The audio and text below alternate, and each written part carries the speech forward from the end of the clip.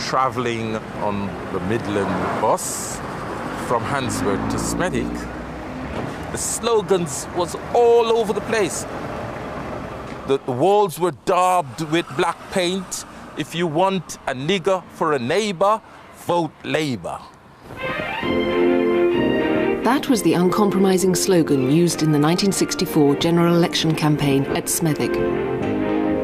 The insults traded at Smethwick are just one chapter in the story of how the political establishment has chosen to deal with the race card. Smethwick is in no way a kind of pariah town, quite unlike anywhere else. It was true everywhere. What it said to most political observers was it was a red-hot issue. Votes were to be won. A lot of people didn't want, as the awful slogan went, a nigger for a neighbour.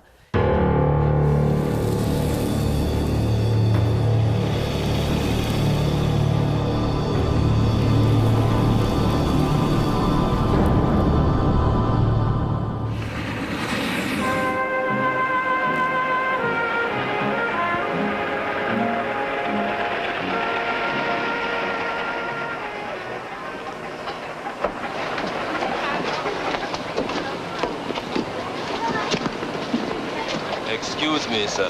Mate, the hand. Your fare, please. I said the hand. Look, mate, just take a little tip from me, will you? Don't do that. It's very bad. No good for you, savvy? You all right? The population of this country in general were all in favour of the British Empire as long as it stayed where it was. They didn't want it here. Look, Gary, I've got work to do, mate, so let's forget it, eh? No can do, Well, that's the best offer I'm going to make you. Ta-da. We should get his address, Mr. Hewitt. It's all right, I know his address. He's a friend of mine. Oh, yeah? A friend of yours? The fact that I think he's paid his fare's got nothing to do with him being a friend of mine. I just happen to know he doesn't do that sort of thing, that's all. But I do, eh? You should keep your hands to yourself and all. You got some fine friends, Mr. Hewitt. Now, that'll be enough of that, Johnny. The appearance of a black face in an early episode of Britain's longest-running soap was a rare sight, but the everyday hostility portrayed was common enough.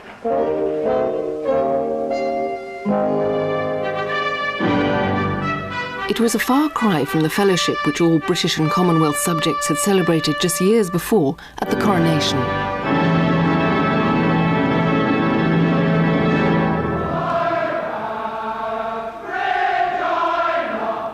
Will you solemnly promise and swear to govern the peoples of the United Kingdom of Great Britain and Northern Ireland, Canada, Australia, New Zealand, the Union of South Africa, Pakistan, and Ceylon, and of your possessions and the other territories to any of them belonging or pertaining, according to their respective laws and customs?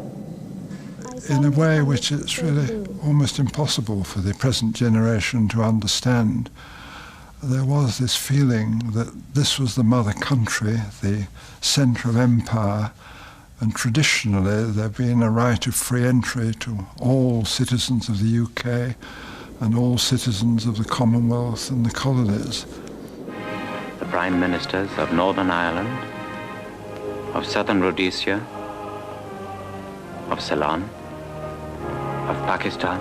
They'd always had the right to come here because they were originally called British citizens, wherever they were in the Commonwealth, even if they couldn't speak a word of English.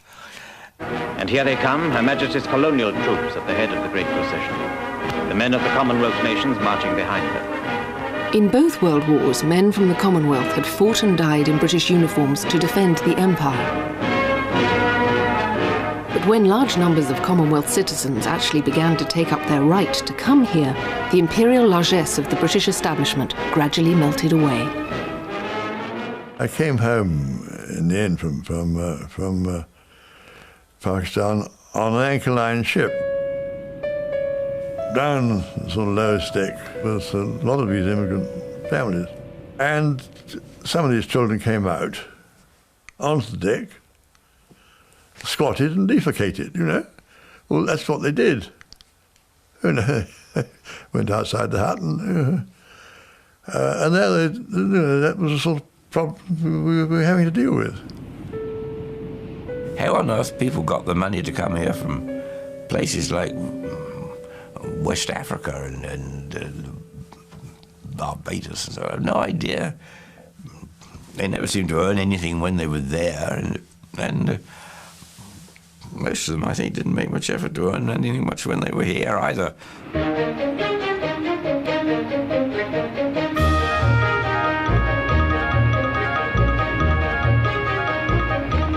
Whitehall considered plans to treat members of the Commonwealth as aliens, just like all other nationalities. In other words, people from the Commonwealth would be stripped of their British citizenship. I remember going to see Sir Arthur Hutchinson, the Deputy Secretary. I said that all that was really needed was to give me the same powers about aliens as I had, about British subjects as I had about aliens. And he said, in effect, oh, don't be silly. He said, you know, could. In fact, this question was being addressed by a secret civil service committee throughout the 1950s. It deliberately sought evidence that non-white immigrants had undesirable characteristics to help make the case for controls. Attention is drawn to the incidence of venereal disease among coloured people, which is stated to be increasing. And the speed of work in modern factories is quite They have a disproportionately large number of convictions for brothel keeping and living on immoral earnings. Meanwhile, the government was under pressure from outside Whitehall. I went to a lunch at Downing Street with Mr. Churchill. It was actually a non-political lunch. This was in February 1955.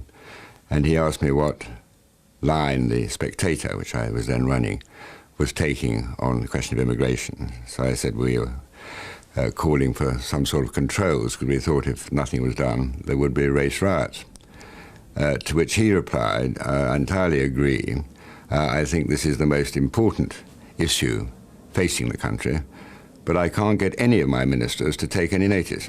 A terminus which for many of us has been the gateway to London, the first city of the Commonwealth. More and more immigrants were coming into Britain every week, and MPs were becoming aware of hostility towards the immigrant communities.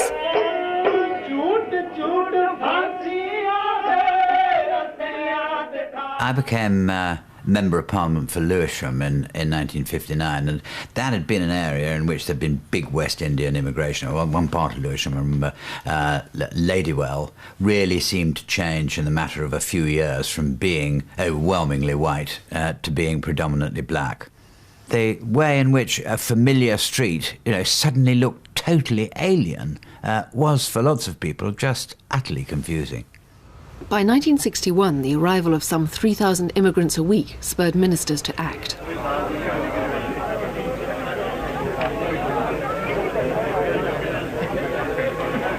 It was the sheer numbers that finally tipped the scales in favour of legislating. Once we realised the scale in which it was developing, I think even those like Webb and me and others who desperately wanted to avoid it believed we had to have it. It fell to Home Secretary Rab Butler to bring in a law which would take away the automatic right of British subjects from the Commonwealth to come to Britain. We shall decide on a basis absolutely regardless of colour and without prejudice. It will have to be for the Commonwealth immigration as a whole if we decide. But for all Butler's liberal concerns, he was at times prepared to play to the gallery. He wasn't above posturing in a kind of macho way to appeal to more right-wing conservatives. And I remember him coming to one of the party committee meetings and saying, which made me slightly shudder, they tell me that we've only got 1% of the population who's black, but it looks an awful lot more, he said. The bill that Butler prepared forced politicians on all sides to wrestle with their consciences. The third session of the 42nd Parliament of the United Kingdom and Northern Ireland is now underway. The government's plans have been announced and are being debated.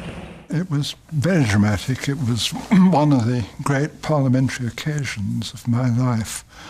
I had actually written a speech for Mr. Butler, the Home Secretary, and went down, suffered the agony of hearing a minister giving my own speech.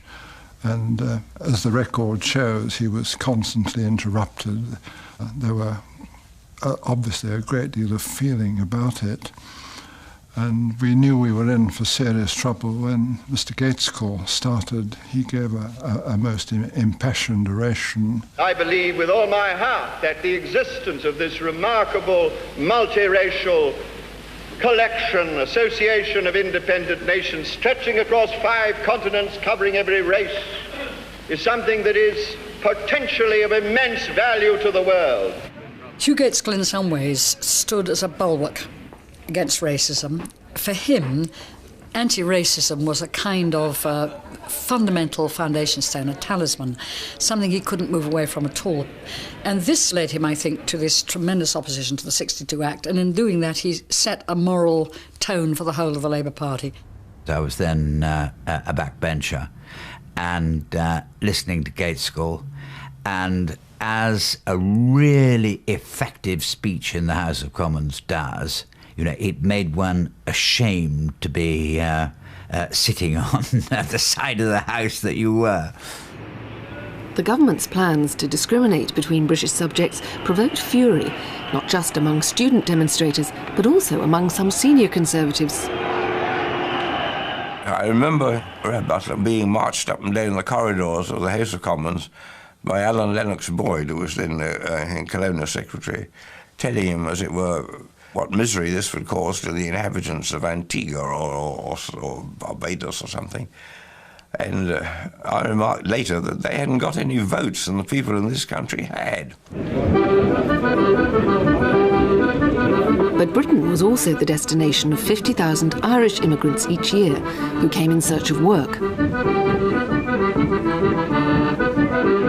Their entry was uncontrolled, revealing that the government was restricting immigration on grounds of colour.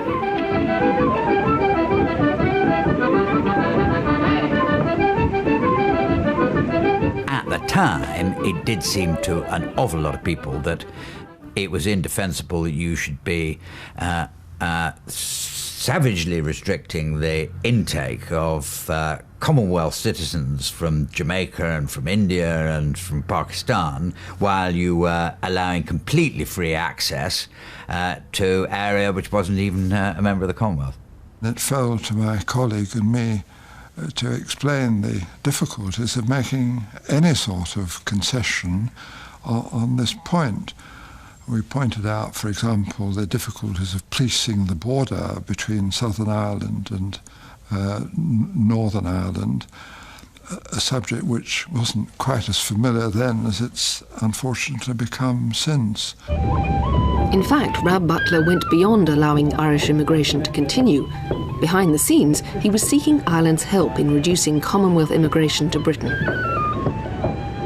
Long before the bill was prepared, he sent me to Northern Ireland and I had discussions there. But I'm not going to go into those discussions, obviously. There are such things as state secrets, you know. The arrangements made with the Irish Republic were in effect for them to exercise immigration controls over immigrants coming from overseas. Otherwise, I mean, it would be only too easy to come into Southern Ireland, then go into Northern Ireland, and then simply into Great Britain. London Airport, the 1st of July, 1962. An historic day for the Commonwealth as the first of its citizens arrive who do not automatically have free entry into the United Kingdom. An act variously described as shabby, tragic, or distasteful but necessary comes into force and Commonwealth citizens queue with aliens. The doors were closing. The British Immigration Service could now determine the fate of British subjects from Commonwealth countries.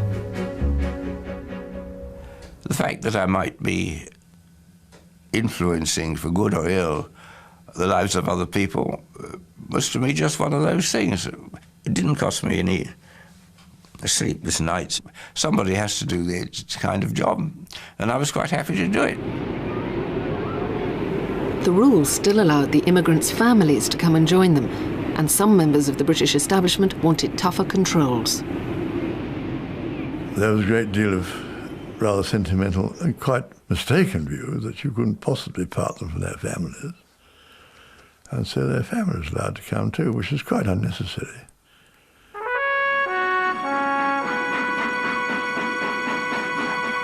Immigrants and their families continued to settle in the inner cities. This led to tensions, particularly in the West Midlands. Smethwick, a black country town, suddenly had deposited upon it a very large number of immigrants, coloured immigrants. There was intense feeling against them. They're a nuisance when you've got to walk past them in the streets, they won't move. They're a nuisance at work, they won't work.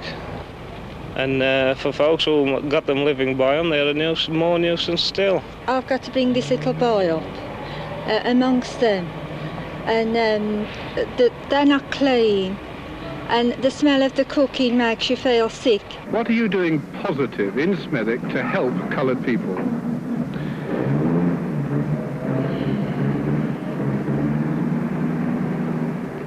You seem to have no answer, sir. Well... The Conservative candidate for the '64 election was Peter Griffiths. He hoped to unseat the Shadow Foreign Secretary, Patrick Gordon Walker. I remember very little about the campaign except the slogan. The slogan which Mr Griffiths, I think, said he didn't use, but certainly other people used, if you want a nigger for a neighbour, vote Labour. I remember travelling on the Midland bus from Handsworth to Smethwick. The slogans was all over the place. The walls were daubed with black paint. If you want a nigger for a neighbour, vote Labour. It really pained me in the stomach. I was gutted, really. We didn't believe that it would be a potent enough weapon to defeat the potential Foreign Secretary. And I remember doing a big rally with Patrick Gordon Walker when Harold Wilson came, and we all said, "Oh, you're going to be all right, Patrick." And Patrick had no doubt that he was going to hold it because he believed that the innate decency of the electorate would see him through. I had the constituency next door called All Saints, where exactly the same problem existed. All Saints Labour Party? But Patrick and I took quite different views on how to cope with it.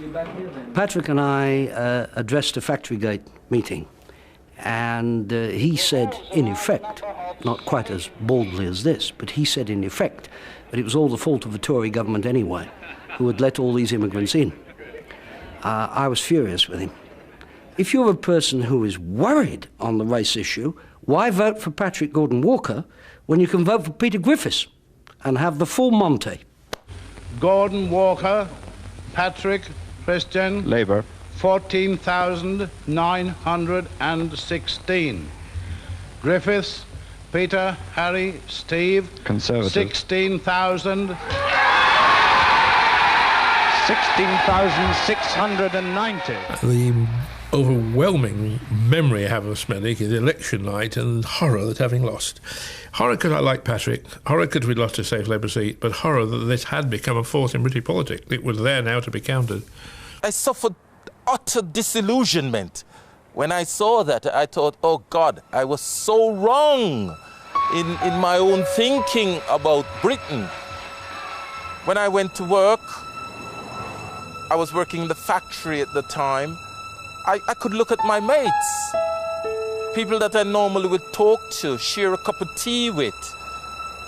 I couldn't do it.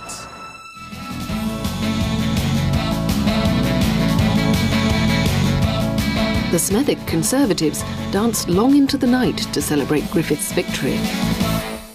We shall say that Smethwick was a beacon of hope because it made up its own mind on the issues and chose regardless of gratuitous advice from outside.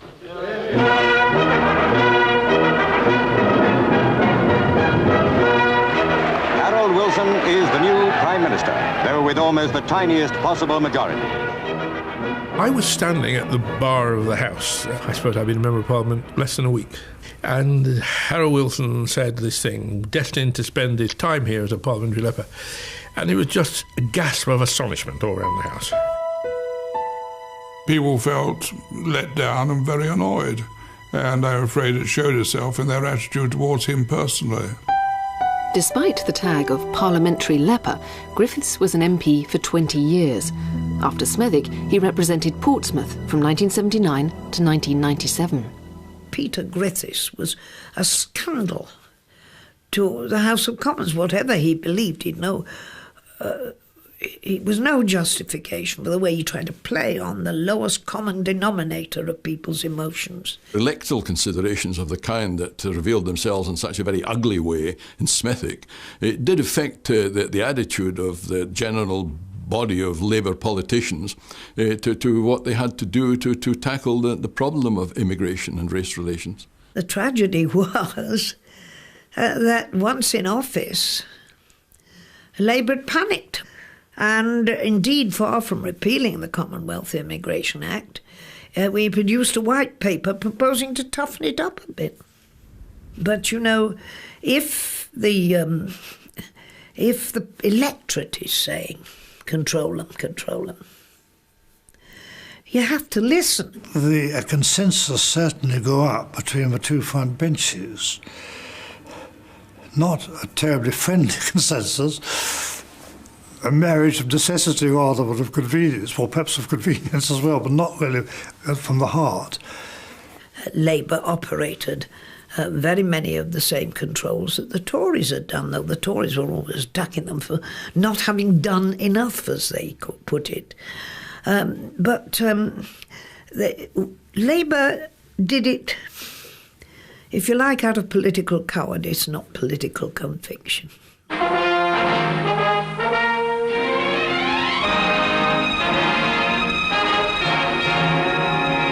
Having done a U-turn on immigration, Labour tried to switch the focus of attention to relations between the races.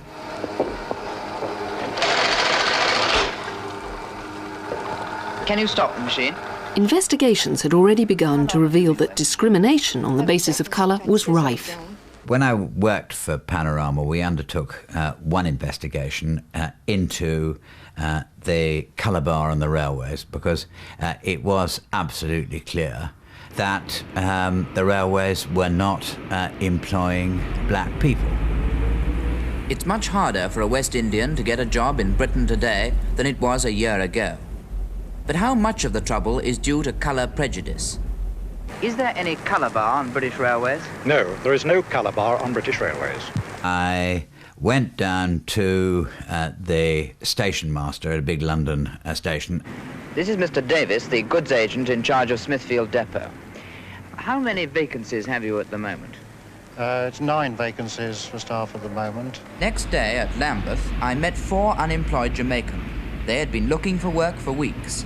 They weren't skilled, but they could read and write, and as far as I could judge, they were intelligent and had good records. So I suggested that they should go to Smithfield to ask for the jobs which the manager had said were vacant. They went there on Thursday morning. They were turned down. I went straight back to Mr. Davis for another interview. Now, Mr. Davis, you have vacancies here. Oh, yes. But now, 4 coloured men came this morning to ask for jobs and they were turned away. Why was that? I see. He was denied that there was any discrimination, but the plain fact was that the unions didn't want it, and management went along with it. Now, why is it that there is a prejudice here against coloured men? Oh, there's no prejudice, Mr. Chataway. But no official information existed about the extent of racial discrimination in Britain. The government set up a small unit to go round the country to all the local authority areas which had large numbers of immigrants. We also made a point of visiting major employers. They were quite happy to employ coloured people, providing they weren't visible. In other words, if they worked in the kitchens, that was all right. But employers felt that shoppers wouldn't like to see coloured hands handling food over the counter. They thought that ladies wouldn't be happy to buy their underwear from coloured girls. To get black people in shops, we actually had to get the cooperation of one of the key persons in the Oxford and Regent Street Traders Association. And this person said to me, if you can find me, and I want you to listen carefully, 4 pretty black girls, pretty in quotation marks, I will employ them. And then my colleagues will follow. One minister who had personal experience of the extent of racial prejudice was Barbara Castle. As Overseas Development Minister, she entertained Commonwealth politicians, including Malawi's Hastings Banda. He was my least favourite Commonwealth Prime Minister. He was running a dictatorship in Malawi. He was sidling up to South Africa. He was disliked and loathed by other Africans, and he certainly was by me. But he seized his opportunity to draw me up to him and put his cheek against mine and show us apparently canoodling. Well, I was very angry because he'd no right to do that. But of course, the Express seized the opportunity, and there was this enormous picture the next day on the Express showing this embrace. And I received the filthiest and most racist letters I'd ever received following that. I mean, with the people had cut out the Express photo. One wrote across it, disgusting. Another said, nigger lover. One letter said, if these kind of things can take place in public, heaven knows what goes on behind the scenes. Roy Jenkins, the new Home Secretary, came to the job determined to legislate against discrimination. I had a sort of agenda, a liberal agenda, if you like, which I had set out in a little Penguin special, which I had written for the 1959 election. It had a final chapter called Is Britain Civilised? And I set out a number of things which I thought would make this country more civilised. Race relations was certainly there, and in a sense it was a very important one. However, the police were far from delighted by Roy Jenkins' liberal agenda. One of the most difficult meetings I've ever done in my life was a thing called the Metropolitan Police Boards had a sort of day out. They all turned up in Westminster Central Hall for what I sometimes a sort of bacchanalia in the evening. And they were objecting to a lot of liberal things which had gone through. They didn't like the end of capital punishment. They didn't like the end of flogging. But the one thing which really got them excited was when I said there is no doubt that we have to contemplate having a substantial black or coloured element within the police force. And they screamed for about 2 minutes then. Never forgotten that. Mr. Callaghan has resigned as Chancellor of the Exchequer because he had to change his mind over devaluation.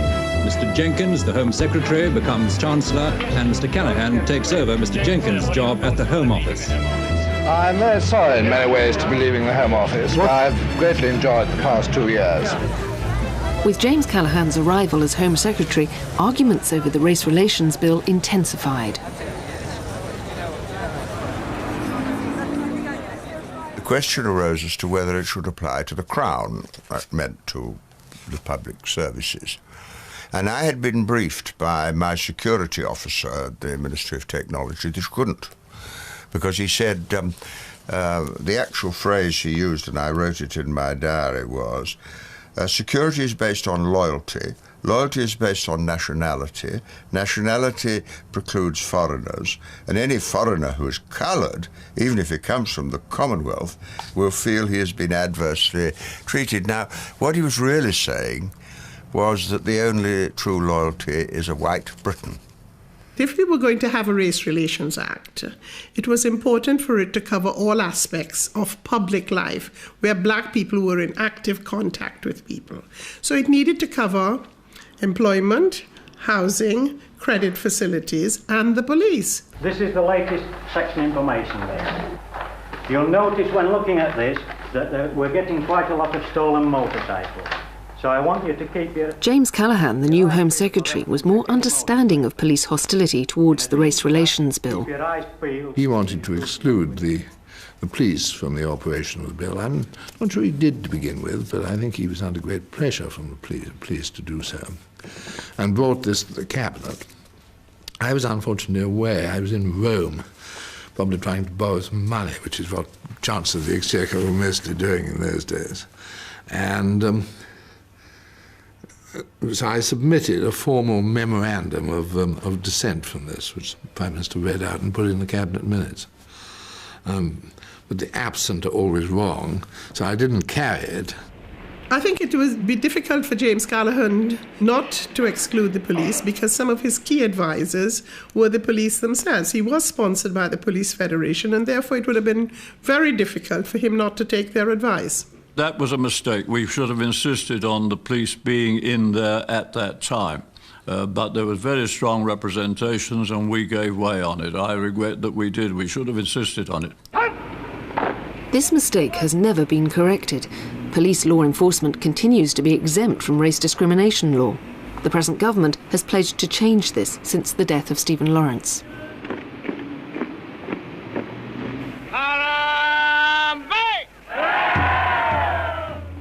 But a more immediate problem faced the government on immigration. In Kenya, Jomo Kenyatta's drive to Africanise his country created a crisis for British subjects living there.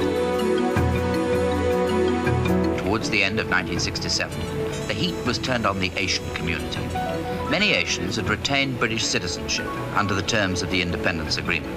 Kenyatta made them choose between becoming Kenya citizens or risk losing their jobs and trades.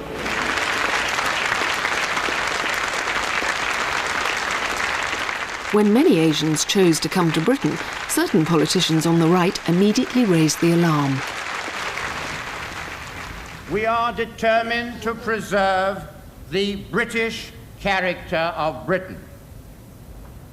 We welcome other races in reasonable numbers, but we have already admitted more than we can absorb.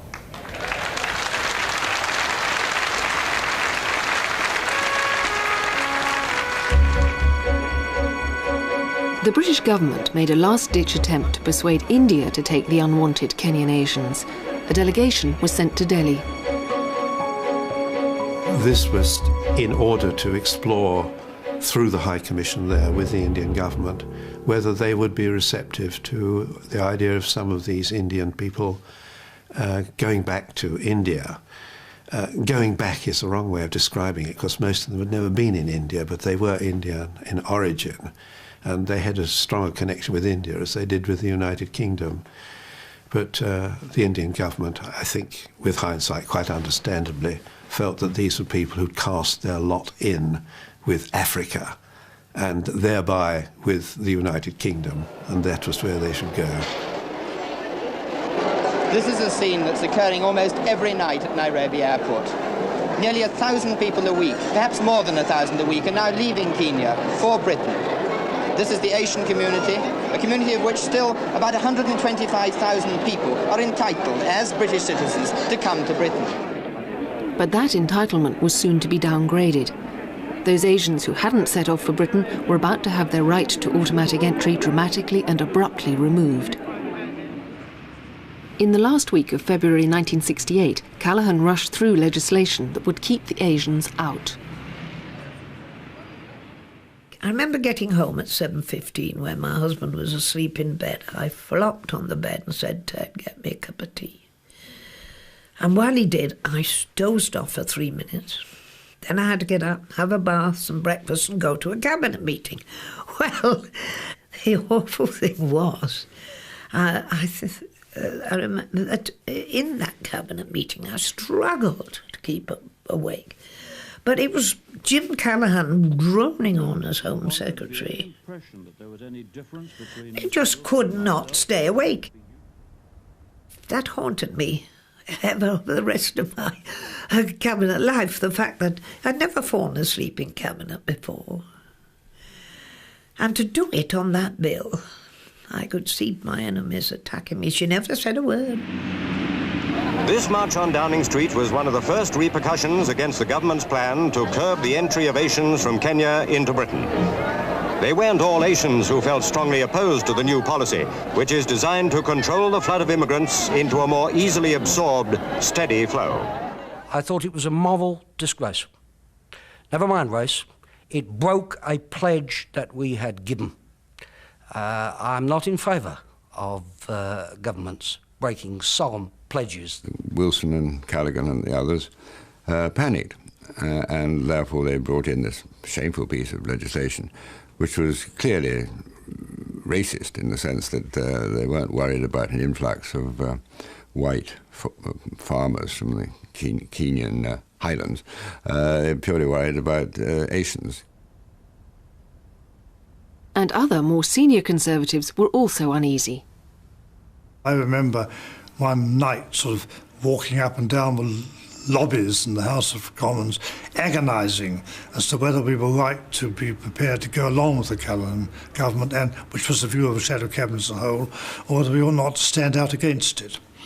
And in the end, rightly or wrongly, we decided to fall in line. There was outcry on the streets, but Labour ministers were still agonising over the right course of action. I thought in principle it was the wrong thing to do because it flew in the face of our very serious Commonwealth obligations and indeed our international obligations generally. And therefore, for me as for others, it was a very, very painful business in the House of Commons at that time. George Thompson was representing the difficulties that would arise. I wasn't unaware of the difficulties that would arise. We all were. We knew very well the difficulties. But there were also problems that we had to face here. And we had to balance those problems. Shelley Williams and I spent the entire passage bill together, I was going to say moaning to each other, what do we do? And we went to see Jim Gallagher twice and we talked about resigning. Yet in the space of 72 hours, MPs pushed through a law that turned British passport holders from Kenya into second-class citizens. Thousands of miles away in Nairobi, Kenya's capital, the Asian community prepared to leave. Britain was their destination. But the entry gates were quickly being closed.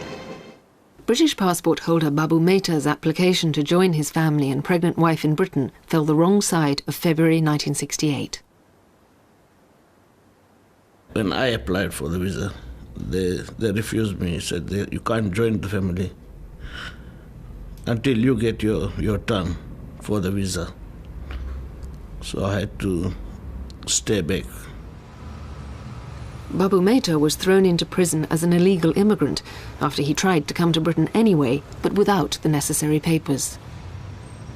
So we were put all together with other criminals. There were 2 in rooms. We had to do toilet and everything in a room.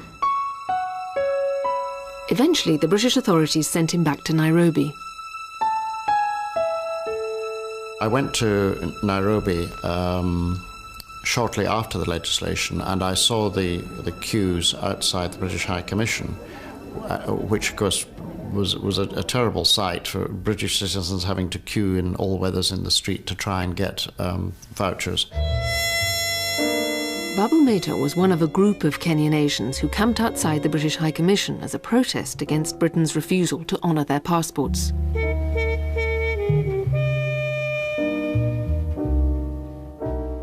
They all had a touching faith that we would honour the British passport that they got. And they found they were not being treated as they saw it fairly. And so they came and in many cases were camped outside my immigration office. And it was a very demeaning situation. The reasons for refusing your application, which we are not prepared to discuss, reiterated that an entry certificate cannot be issued, and therefore I refuse your application. The matter is out of our hands. Increasingly concerned about his wife's health, Babu Mehta wrote to the wife of one of the British officials, pleading with her to intervene with her husband.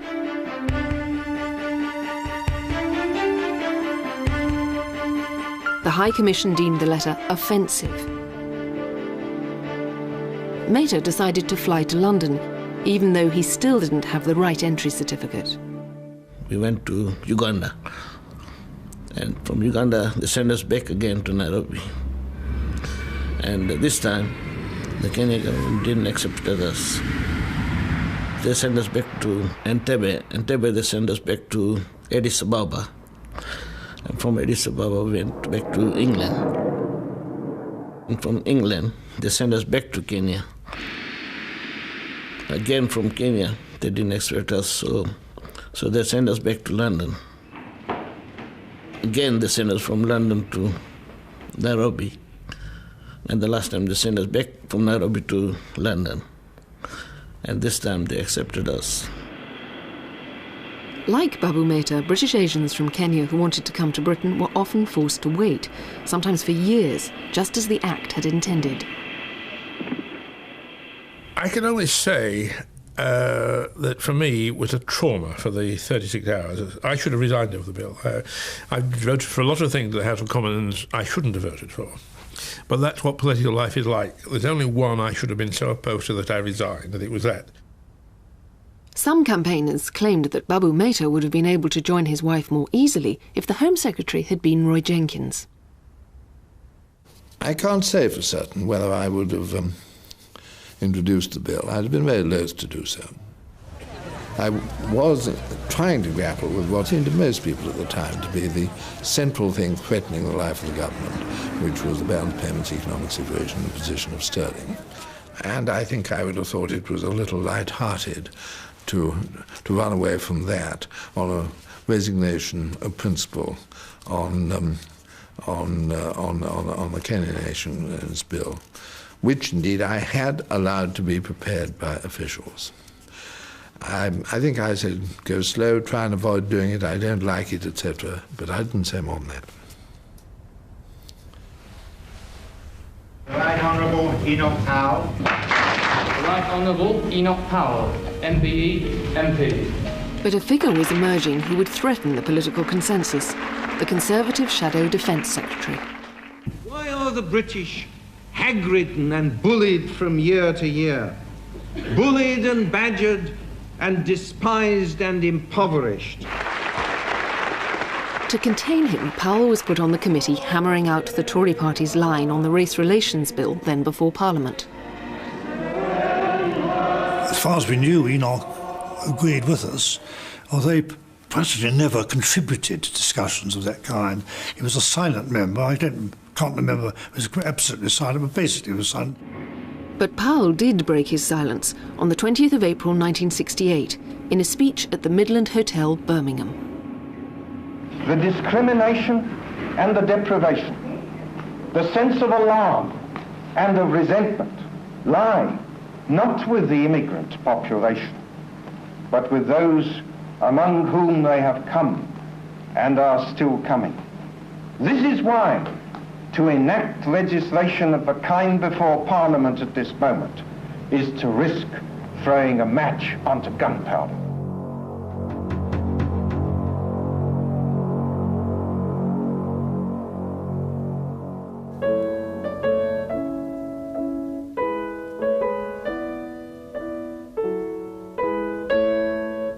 I was at my home at Broadstairs on the coast that Saturday evening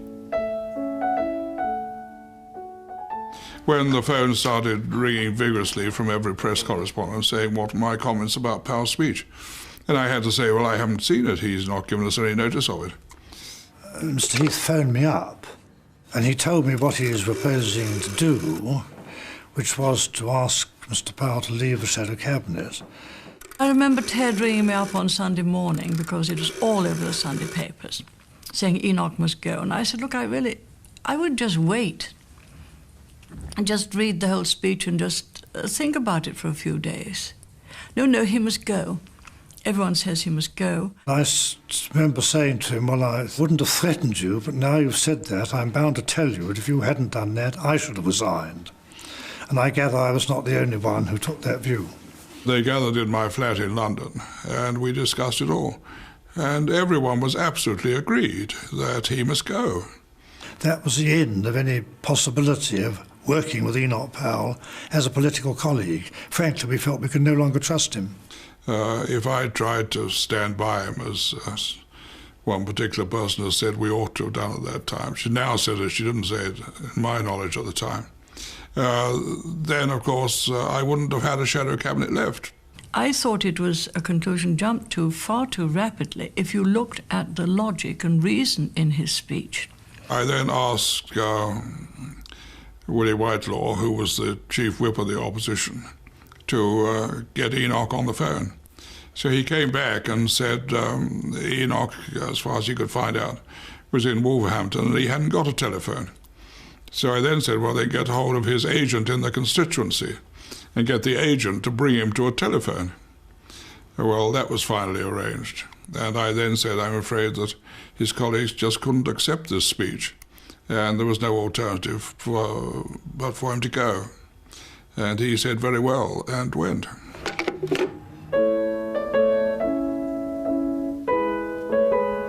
When you hear some skinhead lout shouting it outside a public house at closing time, that's bad enough.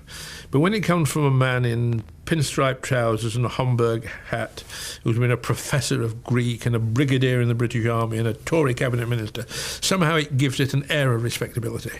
And that was what was so wicked.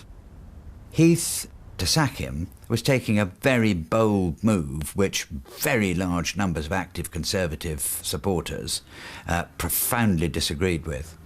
And if he hadn't done it, I do think there's a chance that the course of British politics and the place that racism might have played in British politics would have been very different from what it has been. Well, it was one contribution which I made, yes. But I wouldn't say it was the most important. In its own sphere, it was important, yes.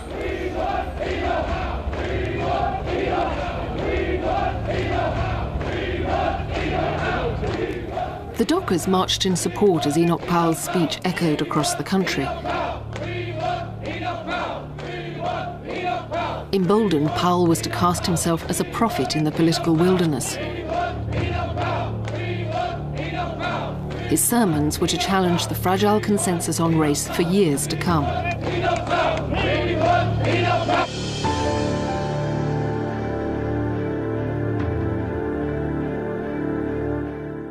And the series continues next week at the later time of 8 o'clock.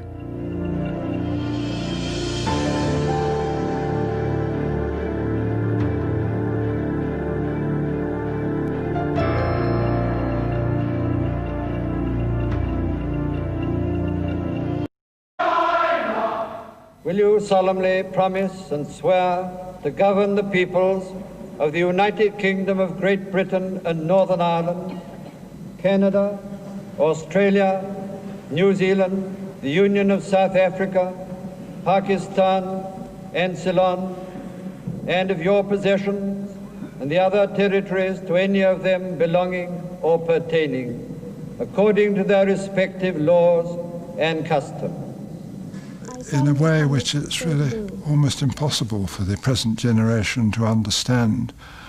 There was this feeling that this was the mother country, the centre of empire, and traditionally there had been a right of free entry to all citizens of the UK and all citizens of the Commonwealth and the colonies. The Prime Ministers of Northern Ireland, of Southern Rhodesia. The slogan went, "A nigger for a neighbour."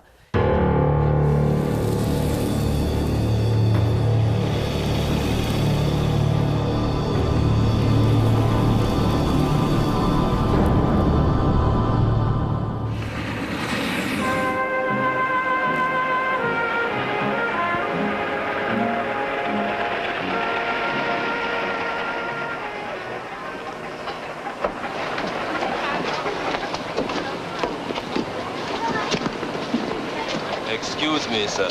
Mate, the end. Your fare, please. I said the end. Look, mate, just take a little tip from me, will you? Don't do that. It's very bad. No good for you, savvy? You all right? The population of this country in general were all in favour of the British Empire as long as it stayed where it was. They didn't want it here. Look, Gary, I've got work to do, mate, so let's forget it, eh? No can do, Well, that's the best offer I'm going to make you. Ta-da! We should get his address, Mr. Hewitt. It's all right, I know his address. He's a friend of mine. Oh, yeah? A friend of yours? The fact that I think he's paid his fare's got nothing to do with him being a friend of mine. I just happen to know he doesn't do that sort of thing, that's all. But I do, eh? You should keep your hands to yourself and all. You got some fine friends, Mr. Hewitt. Now, that'll be enough of that, Johnny. The appearance of a black face in an early episode of Britain's longest-running soap was a rare sight, but the everyday hostility portrayed was common enough.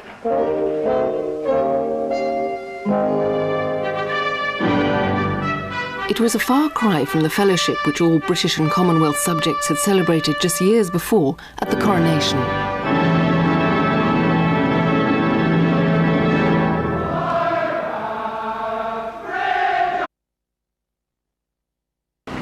Travelling on the Midland bus from Handsworth to Smethwick, the slogans was all over the place. The walls were daubed with black paint. If you want a nigger for a neighbour, vote Labour. That was the uncompromising slogan used in the 1964 general election campaign at Smethwick.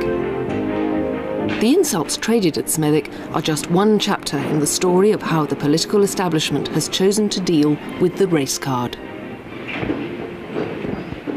Smethwick is in no way a kind of pariah town, quite unlike anywhere else. It was true everywhere. What it said to most political observers was it was a red-hot issue. Votes were to be won. A lot of people didn't want as the awful of Ceylon, of Pakistan. They'd always had the right to come here because they were originally called British citizens, wherever they were in the Commonwealth, even if they couldn't speak a word of English. And here they come, Her Majesty's colonial troops at the head of the great procession. The men of the Commonwealth nations marching behind her. In both World Wars, men from the Commonwealth had fought and died in British uniforms to defend the Empire. But when large numbers of Commonwealth citizens actually began to take up their right to come here, the imperial largesse of the British establishment gradually melted away. I came home in the end from Pakistan on an anchor line ship. Down the sort of lowest deck was a lot of these immigrant families. And